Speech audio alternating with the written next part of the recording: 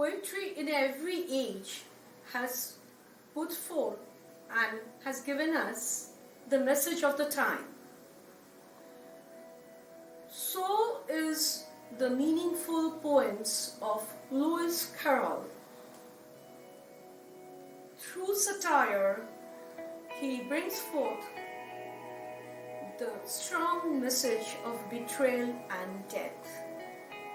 First published in 1865 in his collection of poetry in Through the Looking Glass, this poem is worth reciting even today.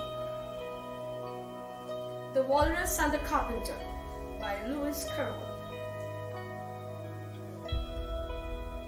The sun was shining on the sea, shining with all his might. He did his very best to make the billows smooth and bright. And this was odd because it was the middle of the night. The moon was shining sulkily because she thought the sun had no business to be there after the day was done. It's very rude of him, she said, to come and spoil the fun. The sea was wet as wet could be. The sands were dry as dry. You could not see a cloud because no cloud was in the sky. No birds were flying overhead. There were no birds to fly. The walrus and the carpenter were walking close at hand. They wept like anything to see such quantities of sand.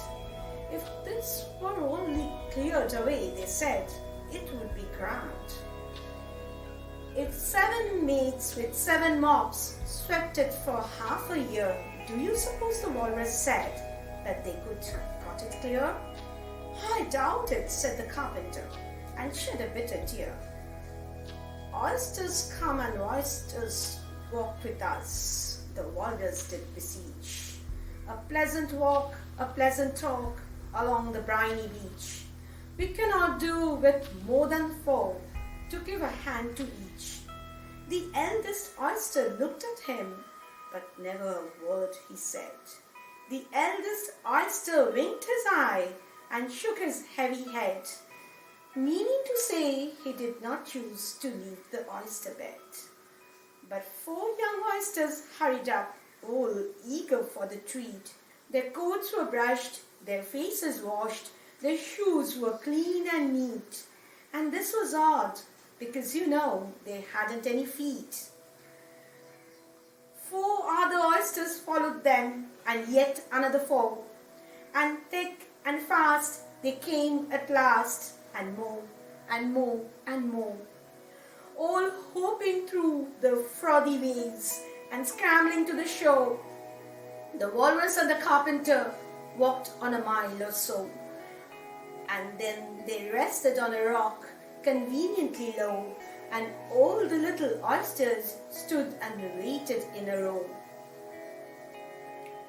The time has come, the walrus said, to talk of many things, of shoes and ships and sealing wax, of cabbages and kings, and why the sea is boiling hot, and where the pigs have wings.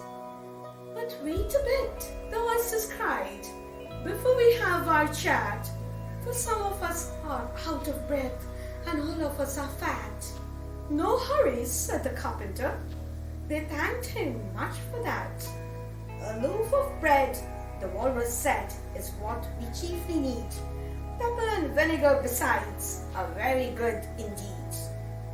Now if we're ready, oysters dear, we can begin to feed. But not on us, the oysters cried, turning a little blue. After such kindness, that would be a dismal thing to do. The night is fine, the walrus said.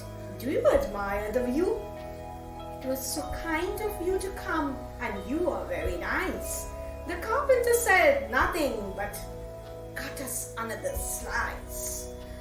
I wish you were not quite so deaf. I've had to ask you twice. It seems a shame, the walrus said, to play them such a trick, after you've brought them out so far and made them trot so quick. The carpenter said nothing but, "The butter's spread too thick." "I weep for you," the walrus said. "I deeply sympathize." With sobs and tears he sorted out those of the largest size. Holding his pocket handkerchief before his streaming eyes. "Oyster," said the carpenter, "you've had a pleasant run. Shall we be trotting home again?"